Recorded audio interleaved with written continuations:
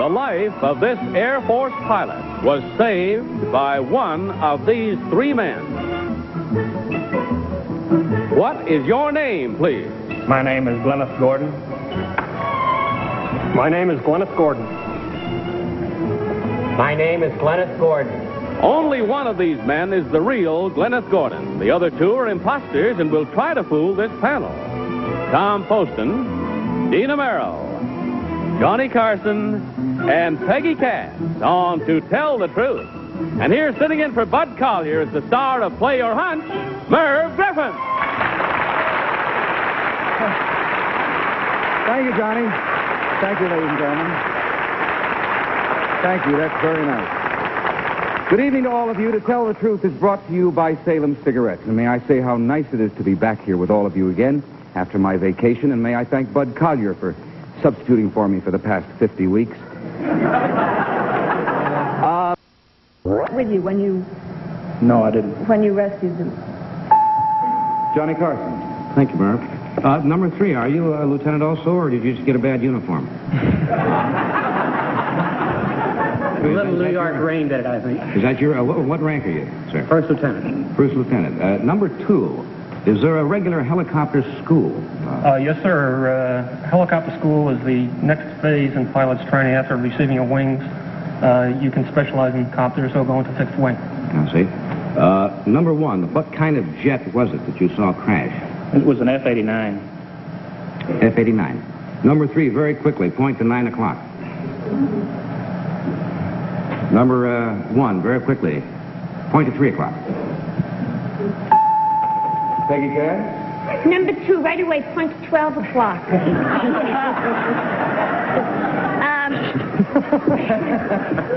Number 2, what nationality was Sikorsky? Igor Sikorsky is actually an American. I believe he's a Russian who became American. Number 3, where is the Air Force Academy? The Air Force Academy is in Colorado Springs, Colorado. Number 1, is a helicopter used in field artillery? Not in the Air Force.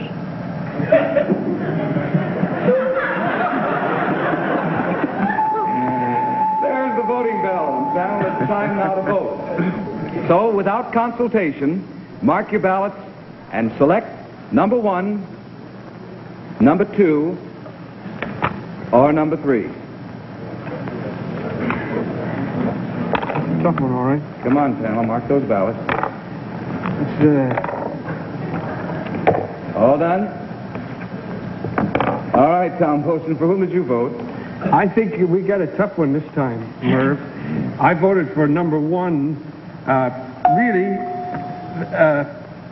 because all of the answers seem to me to be good ones. The boys, as usual, are very beautifully briefed again.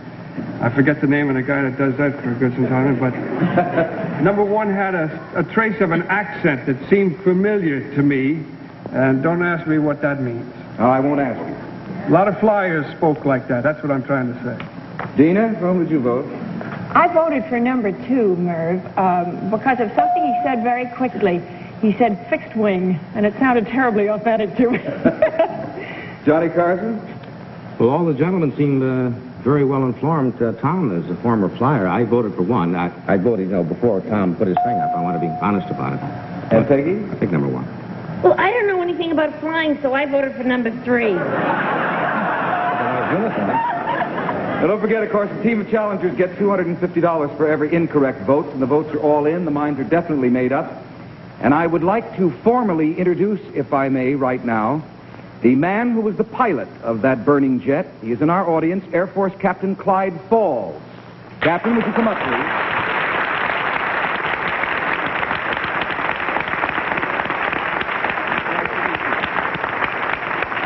Now, Captain, you're going to help us out here. Captain Falls, I wonder if you'd be kind enough to go over behind the gentleman and show us which one of these fellas is the real Lieutenant Glennis Gordon.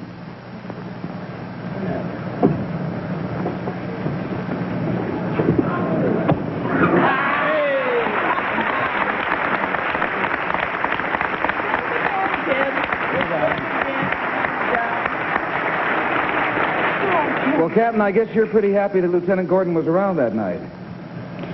Well, you're right, Merv. I had good reason to be glad that Glenn was around. Of course, we're always glad that these boys in the fire suppression units of our air rescue service are around at the bases, and I had very good reason that night to be glad that Glenn was around. You know, Merv, it's awful nice to see a hot pilot who really is a hot pilot. Well, we're very proud to have you both here tonight. Excellent representatives of a fine Air Force. And thank you, Captain Falls, very much. Thank you very much.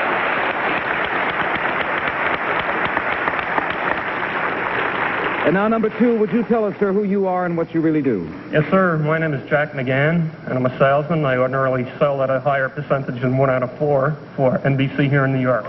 Attaboy. And number 3, how about you, sir? My name is Malcolm Dooley.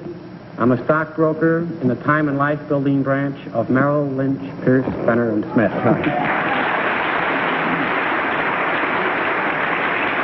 And I might add that Malcolm Dooley and I have known each other for some time. You will all be interested in knowing that as a member of the Tom Dooley Foundation, Malcolm Dooley is continuing on with the great work of his brother, the late Dr. Tom Dooley. Nice having you here.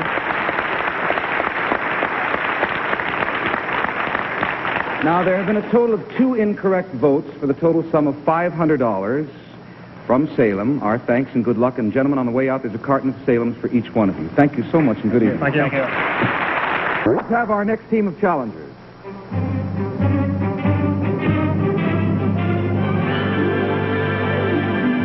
What is your name, please? My name is Betty Chadwick.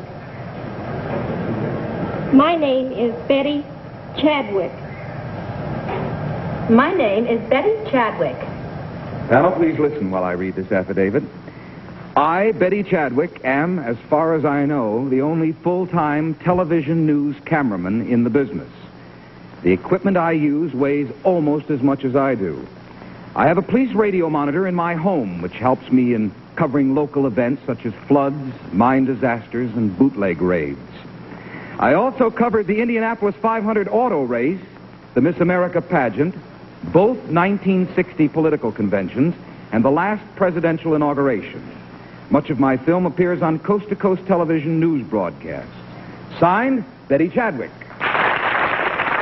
Get in touch with Game Show Network. Log on to our website and play our games or email us your questions and comments. It's www.gameshownetwork.com.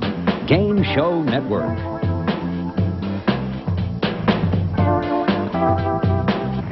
Panel, these 3 ladies claim to be Betty Chadwick, television news camerawoman. So we'll start the cross-examination with Peggy Cass. Number 2, what is Magnum? I don't believe I'm familiar with that term. Number 3, what is Magnum? I have never used it. I see. Number 1, do you know what Magnum is? Champagne, I guess. Oh, that's nice. Well, number 2, it says bootleg raids. I thought those were over. I mean, like Prohibition's been over so long. What bootleggers do you catch? Well, this is selling whiskey and beer without a permit. Oh, like moonshine. Well, no, not moonshine. Actually, it's selling without a permit. Oh, I see. Number 3, who made the keynote speech at the Democratic Convention? Now, that I should remember, and I don't. I'm so very busy doing my own work that I don't pay too much attention to. Number 1, do you usually wear those little suits when you go out to take your pictures? Certainly do. You do? Tom Poston? It is my turn. Listen, I've got to find out about that, what is the name of that rig, number 3, that camera rig? Oh, that's an Oricon. Do you happen to know who invented it? Well, no, I don't, but Mitchell, it's a Mitchell lens. I'd like to ask Peggy Cass a question. Could I? Sure. No. I'll ask you later. Number 2, what happens to be the difference between bootlegging, which is against the law, and making your own booze, which you drink yourself? Well, they're both illegal, but bootlegging is just selling ordinary liquor without a permit. Thank you. Number 1, do you agree with that about illegal manufacture of booze for your own consumption? Yes, I do. You're an agreeable girl. Thank you. Dina Merrill? Number 3, do you use film or tape in the camera that you have? I use film. I see. Is that usual? Do you do all newscasts on the spot with film? Yes, I do. I see. Number 2, who is Miss America? Miss America, I don't remember her name, but I believe it was Miss North Carolina. Thank you. Number 1, who was Nixon's press secretary? Do you remember in the last? I don't remember that. Number 3, do you? I honestly don't recall. Number 2? I'm sorry. Number 1, do you remember who made the nominating speech for Kennedy? I do not. Number 2? No, I'm sorry. Johnny Carson? Number 3, who's head of CBS News? Or who was head of CBS News? Do you know the head of CBS Television News? No, I wouldn't consider that were something that I had to know, really. Number 2, do you know the head of NBC News? I'm sorry, I don't. Number 1, do you know the head of ABC News? Now for a radio question. Number 2, you work in New York City? No, I don't. I work in Indiana. Well, There's the ringing of the bell, which closes this round, and it's time again to vote. just as well. No consultation, panel. Just mark your ballots there and select number 1, number 2, or number 3. And not one has marked his ballot. No, it's tough. Again. Yeah. Giddy up there. All right. It's tough again. Tom, for whom did you vote? I voted for number 3. I couldn't make up my mind which of the ladies to vote for. And to be honest with you, I felt so bad for number 3 when she had to say, listen, I don't know, and I'm sorry, but I don't know, that I just voted for her anyway. Dina? Well, I went for number 2 again, Merv. She had kind of an eager look in the eye that I think people after news and things on the spur of the moment have. Johnny? This is very tough tonight. Yeah. I voted for number 3. I like green suits, but she didn't know who the head of CBS News is, and they weren't sure for a while, so I guess for number 3. Peggy Cass? Oh, I voted for number 3 because when she said she didn't use Magnum, at least I figured she knew what it was. It's a news service of pictures. All right, and the votes are all in, and your minds are made up, I can tell. Now we'll see which one of these 3 ladies is the real television news camera woman. So will the real Betty Chadwick please stand? Oh.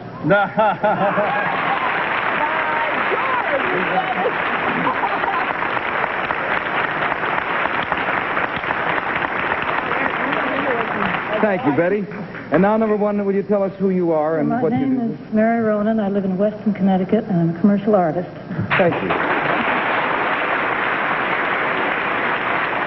And number 3, who are you? My name is Dorothy Thompson. I live in Ridgewood, New Jersey, and I teach 3rd grade in the Midland Park school system.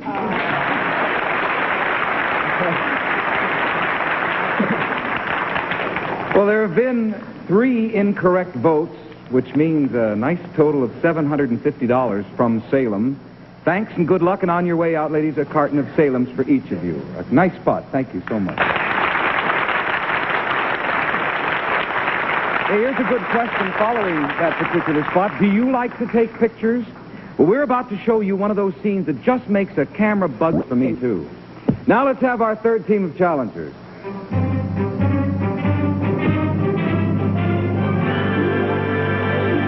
What is your name, please? My name is Carlton Nash. My name is Carlton Nash. My name is Carlton Nash. Follow along, panel, if you will. I, Carlton Nash, sell dinosaur footprints. I own and operate Dinosaur Land, which consists of a park, a museum, and a quarry, which contains the largest known bed of dinosaur tracks in the world. More than 100 million years ago, this quarry was a watering place and breeding ground for these prehistoric monsters. Their footprints are clearly imprinted in some 50 layers of shale. So far, I have mined and sold several thousand dinosaur prints, varying from 2 to 23 inches in length. People use them in terraces and fireplaces, and also as paperweights or just conversation pieces. To the best of my knowledge, I am the only person in the world selling authentic dinosaur tracks to the general public. Signed, Carlton Nash.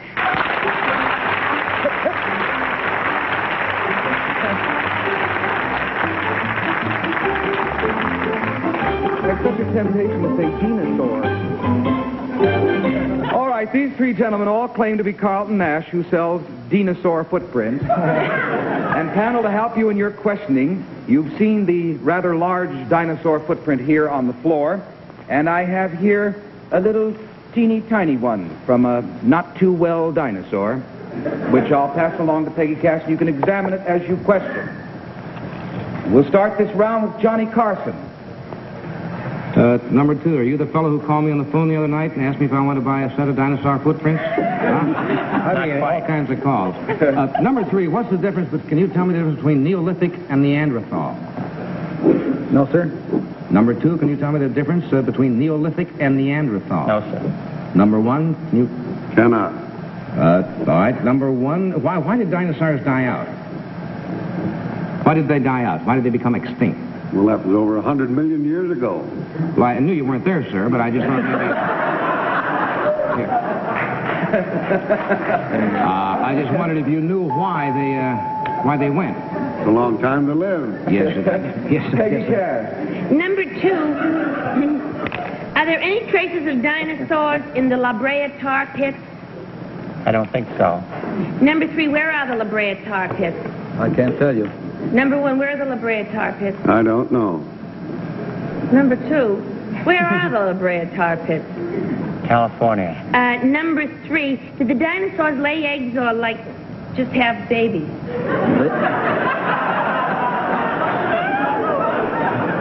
They laid eggs. They laid eggs? They laid eggs. Number 1, were they smooth or furry? Not the eggs, the dinosaurs. Very smooth. They were smooth. Tom Poston. Thank you. Number 2, did dinosaurs have, like, fingerprints? I don't think so. Then it'd be hard to tell a crooked dinosaur. I guess you wouldn't be able to catch him. Number 3, well, I lay eggs, too. Number 3, if these things are in 50 layers of shale, how do you know when you're coming to one and you don't want to crack it and break it when you're looking for them? Well, the shale is in layers from 1/4 of an inch thick to 4 inches thick, and you can see the layers. From above, you can see 50 layers? No, the way we found out there's 50 layers, we cut down through. How do we know there's 50 layers? We didn't. That's right. Well, we found out the name of the guy that's been briefing you. It's Wally Stone. I just want everybody... Is that right? No. Oh, it's not right. I'm sorry. Dina? Number 3, to continue with Tom's questions. So you cut the layers down, but then how do you see the footprint if it's a layer like this? Well, by peeling off the layers, you find them. You just keep peeling down till you come to a footprint. Really? Oh. Number 2, I always thought dinosaurs were great big things. How come we get something like this? It was sick. Well, I guess there were small ones, too. You guess. You weren't there either 100 minutes ago. Long time ago. All right, there goes the bell, and the round is certainly over. It's time to vote. So please mark your ballots for number 1, number 2, or number 3. Oh, you marked quickly that time. Dina, you're a little behind there. Yes, I am. Don, from whom did you vote? Well, that's a 2. I should say that. I don't know why I made it. It's an older 2. Well, that's why I did it that way. Dina? I voted for 2, too. Because I voted for 2 all evening, and I really have no idea. I thought I might as well stick to my luck. Johnny? This hasn't been our best night, has it, so far? I don't know. I voted for number 3. He knows the dinosaurs come from eggs, which they do. You know, Well, very large eggs. Well, I didn't know that, but I voted for number 2 because of the La Brea tar pits. It's a place I've always loved. call that home. Nothing like a couple of days there. I got a picture of a dinosaur sitting on one of those eggs, catching them. Well, the votes are all in and the minds are made up, so now we'll certainly find out which one of these three gentlemen is guilty here, the real expert on dinosaur footprints. So will the real Carlton Nash please stand?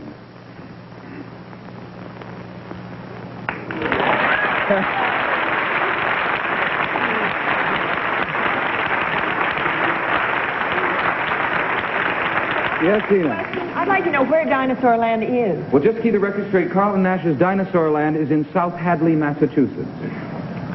But you did very well with this one, if you'll notice. You must know your dinosaurs. There's only been one incorrect vote, which means a total of $250 from Salem. Number one, who are you, sir, and what do you do? My name is Louis Van Orden, and I manufacture turkey lacing kits.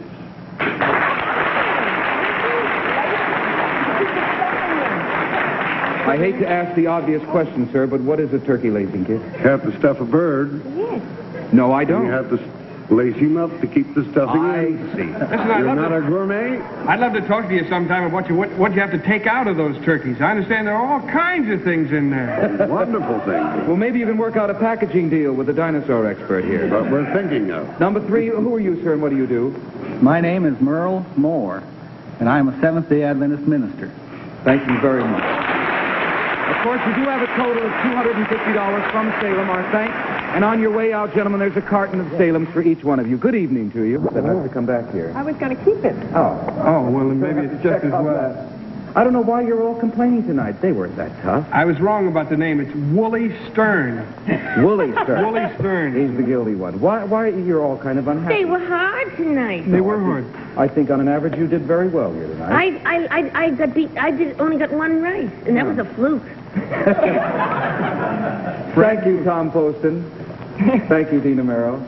Johnny Carson, our thanks to you and Peggy Cass. Thank you, Merv. And thank nice you all. to have you here. It's nice to be here, and I'll be here again next week. Good. This is Merv Griffin saying good night from Salem Cigarettes, and we'll see you all next week on To Tell the Truth. Good night.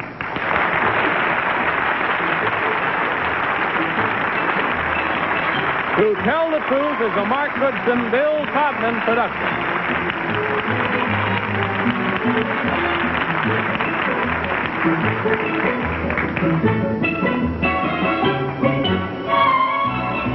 This is Harry Morgan.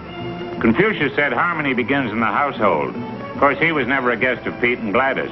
Next, on most of these CBS television stations.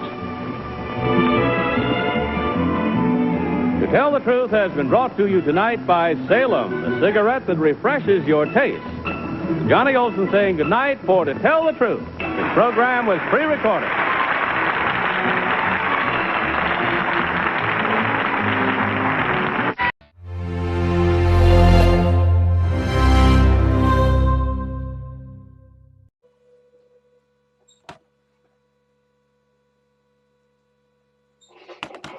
Well, guess what? It's this time of the year again, and I want you guys to tune in to this. It's our 5th annual Summer Games coming. It's coming to our YouTube channel. It begins Monday, May 31st at 10 a.m. Eastern, 7 a.m. Pacific. You're in for a lot of fun. This is the summer to remember, beginning Monday, May 31st.